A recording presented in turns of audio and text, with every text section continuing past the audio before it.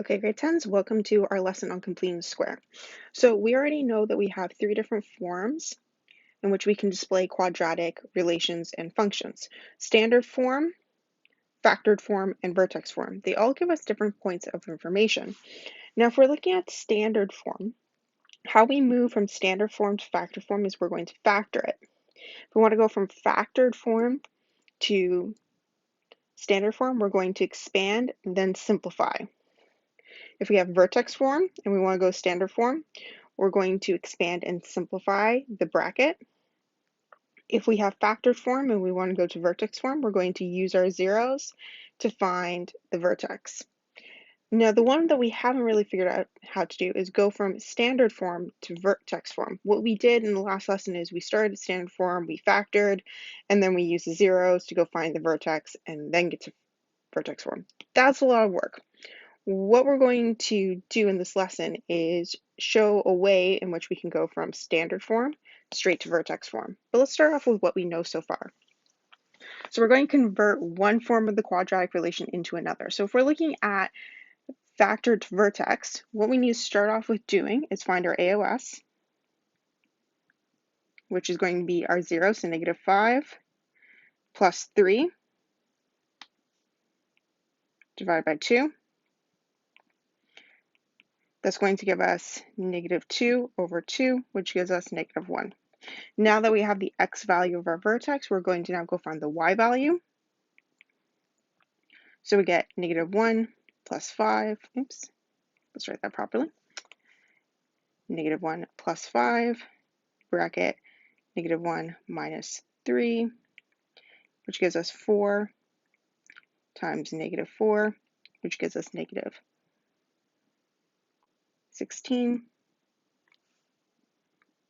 So what we end up getting when we put it into our factored form, we're going to have x. This is the x value of our vertex. So we're going to put here minus -1 squared, and then our y value, we're going to put that in the k position. And this gives us y equals x plus 1 squared minus 16. And that is our vertex form. We find the x value of our vertex and we find the y value of our vertex. And then we put those values into the equation. So if we're going from standard form to factor form, what we're going to do is factor. We're going to pull out the greatest common factor first. So we're left with x squared minus 2x minus 15. So we pulled out the -3. Our product is now -15. Our sum is -2. And our factors are -5 and +3. We're going to put those into our brackets.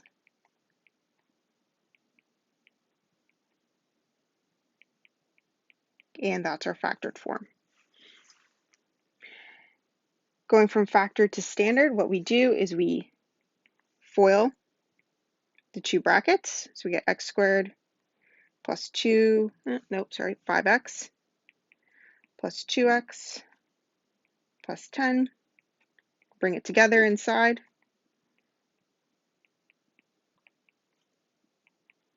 Now we're going to distribute the 2. This is stuff we've been doing since the beginning of this semester, of our quadmester. We're just bringing this information together. We've already known how to FOIL this bracket, and then we know to distribute and simplify. We're going to do the same thing again here. We're going to expand this bracket, FOIL, and then simplify. So let's go through this quickly. So we know that when we have a bracket and a square, we're going to write the bracket out twice. Remember, don't just bring that square in. That's not the correct answer. So we're now going to do FOIL. So we get x squared minus 4x minus 4x plus 16 minus 4.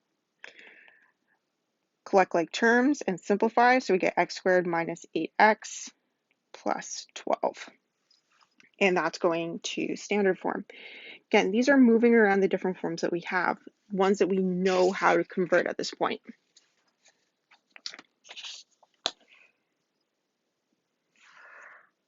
Here's something to kind of remember. Remember, we had special cases when we were looking at factoring. We had difference of squares, and we also have the perfect square trinomial. Now, the perfect square trinomial, what was useful about it was that you would have something in the brackets that was squared by itself. And we could see that it worked because we noticed that the c was this times by itself. So that 5 squared gives you 25. That's our c. Then what we notice is 2ab, so 2 times whatever this number was in the first portion and the second number multiplied together would give us the middle. So if we had 1 and 5, so 1 times by 5 times by 2 gives us that 10x. And then the first one was just the first item squared. Same thing works if it was a negative in the middle. So here are some examples of perfect square trinomials. We need to know a number that if you square it, you get 16. Well, 4 times 4 is 16. X times x gives us x squared, so that's that. And we notice that this middle number is positive, so then in the middle it's going to be positive. And that's our answer. This time we got a middle is negative, so we know that our sign in the middle is going to be negative. X times x gives us x squared, so that means the first number is going to be x. And what's the square root of 49? Square root of 49 is 7, so we put negative 7 here, put the square on the outside. All right, now we want to create some c values. So we need to figure out what this guy here is going to be. Now, if you look back up here, our c value was our b squared. But we don't know where our b squared is. So what we could look at, here's a hint. We got c equals our b divided by 2 squared. So if we're looking at this one, we'd have 20 divided by 2 squared, which gives us 10 squared, which gives us 100. You can do that with all these. I want to show you one more. We're going to look at this guy here. Same sort of idea. In the final document that you can see up online, it's going to have all the answers. Same idea. Our new c is going to be the b divided by 2 squared. In this case, it's going to be negative 16 divided by 2 squared, which gives us negative 8 squared, which is going to be positive 64.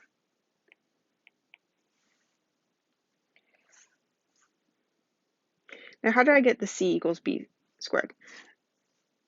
If you look over here, we got a, b. We have the c, which is our b. You divide that number here. This is going to represent the b in total. And you divide it by 2. And you square it. That's how you're going to get it. The answers for the rest will also be in our document. So what this question is asking us here is to find the vertex for the following quadratic relation and then state its equation in vertex form. So we already kind of went over how we can do this before in other questions where we would first factor it out. Then we're going to find our AOS after we have our zeros and then find the y. So we're going to go through this one quickly. So we're going to start off by factoring. So we take out the negative 2 because we can.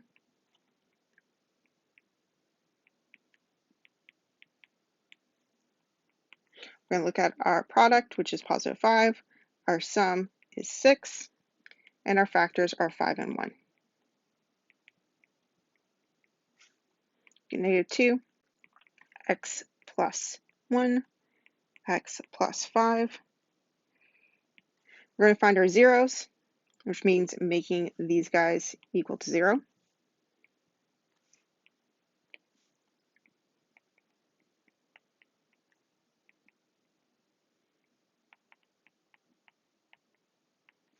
So x stays on this side, -1 comes to the other side, comes -1 over here. Got x plus 5, we bring the 5 over to the other side, becomes -5, and those are our two zeros. Now we're going to go and find our AOS. Remember, the AOS is the h, or the x value of your vertex. So x equals -1 plus -5, all divided by 2, -6 over 2 gives us -3. Now we're going to go find our y for our vertex. We're going to take that -3, and we're going to put it into the equation. I'm going to use our factored form just because it's a lot quicker to utilize.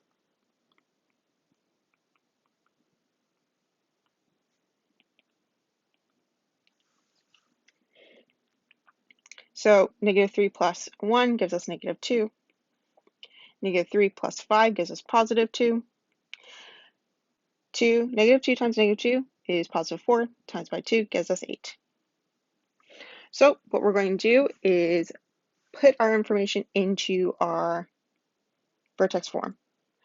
So we have y equals a bracket x minus h squared plus k. Now our a is our -2, so we can put that in. Our h is our -3, so we're going to put that in our equation. And our k is our 8, the y of our vertex. We're going to bring all that information together. So we get -2 bracket x plus 3 squared plus 8. See this bracket here? This is reminiscent of a perfect trinomial. Keep this in mind. It's a perfect trinomial inside. This answer will be on the completed document. This one's a little bit different. You can't factor this.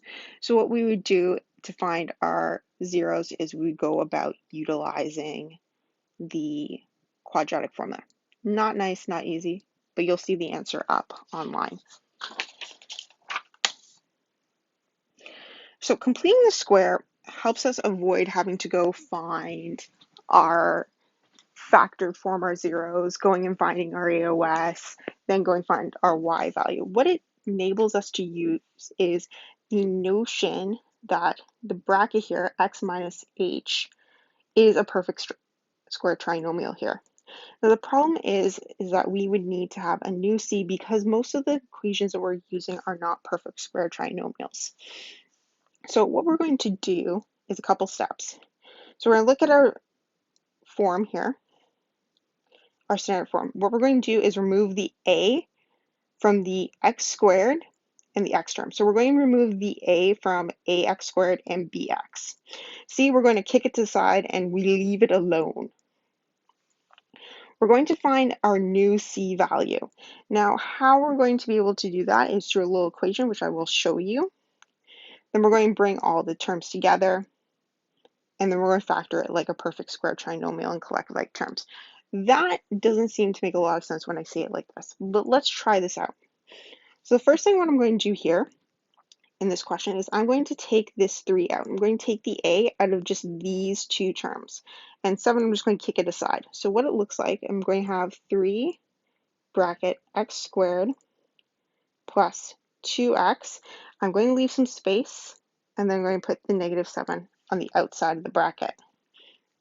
At this point, there's missing information here. We don't have a c, so I'm going to go and find a new c. And how I do that is I'm going to use that equation that I showed you guys a little bit earlier when we were making a c value for our perfect square trinomials. I'm going to look at the value here of our b. it is a 2. So I'm going to put that into this equation. C equals 2b over 2 squared. So where the b is, I'm going to replace it with 2. So I got 2 over 2 squared. Get 1 squared. Keep this 1. This is going to be important. Remember this 1. We get 1. So what I'm going to do in the next line is I'm going to put this 1 here. When I put that 1 in there, I'm introducing a new value, a value that wasn't part of the equation. So anytime I introduce something new, I also need to take it away. So that's one really important part of this is anytime you introduce something new to the equation, you have to remove that new thing as well, or else you're completely changing the equation itself. So you have to put both add a new c and remove the new c. So at this point, I need to kick out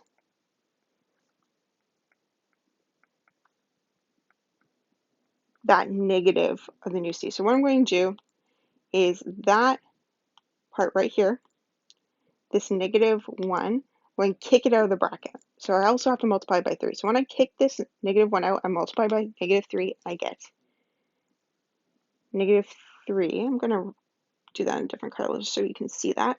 Get negative 3 minus 7. At this point, what we're going to do is twofold. We're going to factor this perfect square trinomial, and we're going to deal with these and bring them together. So what we have here is 3 bracket x. Now the factor form of this perfect square trinomial is x plus 1. If you look up here, right before we squared this number inside the bracket, that is always going to be the number that pops here, your h value. Remember that, always write out that step because it's going to help you when you are writing these out. Get plus 1 squared minus 10. And that ends up being our vertex. So if we're looking at here, we got plus 1, so that means when we put it into the x spot, it's going to be negative 1. And when we bring this negative 10, that is our y. And that's how you do completing the square. We're going to try this again. When you go and look up the document, the completed version, it's going to have a plotted graph. You guys know how to plot a vertex and move up and down. I'm sure you guys get that pretty well. So what we're going to do here is we're going to practice again doing this. So first step for this, we need to factor out this lovely a. That needs to go. Goodbye. So we get negative 0.5 x squared, negative 0.5, so negative 3 divided by negative 0.5 is going to give us positive 6. We're going to leave space for our new c, and that 4 stays outside the bracket. It's not participating in being divided out. So we need a new c here. That means we need to employ that equation. So c equals bracket b over 2 squared. We're going to replace the b with the b inside the bracket, which is 6. So what we have is 6 divided by 2 squared, which gives us 3 squared. Remember, this 3 is going to go in our bracket towards the end, so keep it. Always write out this step. It will save you time. 9. So that means our new c value is 9. So we're going to do plus 9 minus 9. So we go to our next line. What we need to do is kick out that negative 9. That needs to leave the bracket. So when we kick it out of the bracket, it needs to multiply out by that negative 0.5. Let's continue writing this out. Get x squared plus 6x plus 9. Close the bracket. That negative is getting multiplied by that negative 0.5, which gives us positive 4.5 plus 4. We're going to bring all of our terms together.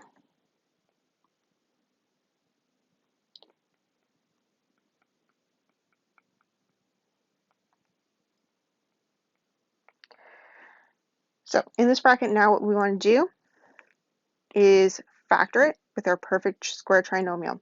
Now remember, I said always have this line. This 3, right before we squared it, is what's going to be in our bracket.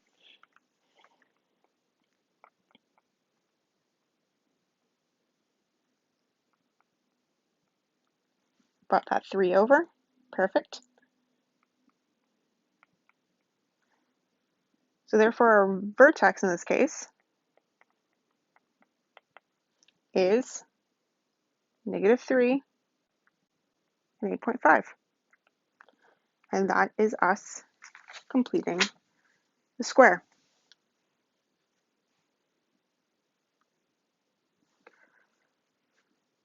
Again, these are always not going to be nice, confident numbers, but I'm going to show you one more example. Let's use this one right here. So first step is to get rid of the 3 for just these two numbers here. And we kick this 98 to the side. It doesn't need to hang out with us. So we take it out, we get x squared, and we're going to do 30x divided by -3, which is going to give us -10x. We leave space for our new c, plus 98. We need to go find our new c. Remember, c equals b divided by 2 squared. Our b is -10, and yes, bring in the negative. It's really important. Squared. Which gives us -5 squared. Remember, this -5 is important. Keep this step. Which gives us 25. Okay, so let's go bring that new c in, plus 25. And remember, since we added it, we need to also subtract it. So we have -3 x squared minus 10x plus 25. And at this point, we want to throw this -25 outside the bracket. So we have -25 times by -3 is going to give us plus 75 plus 98. So this line here, we're going to factor this perfect square trinomial. Now, what's going to be here in this bracket is what's inside here. So that -5 we're going to bring in. This is why I say always keep that step. That way you're not going to have to go back in your brain and figure out how to factor that guy. Squared. And 75 plus 98 gives us 173. And that's your answer. Simple as that. Saves us a lot of time and so many steps knowing how to complete the square and go to the vertex very quickly. Again, this question, the answer will be posted on the completed document that is up on Google Classroom. Your homework for today is to work on these assigned homework questions. There are several of them. And also to start working on your knowledge hook that will be due soon. You have the due date that is on your Google Classroom. All right, guys, have a good day.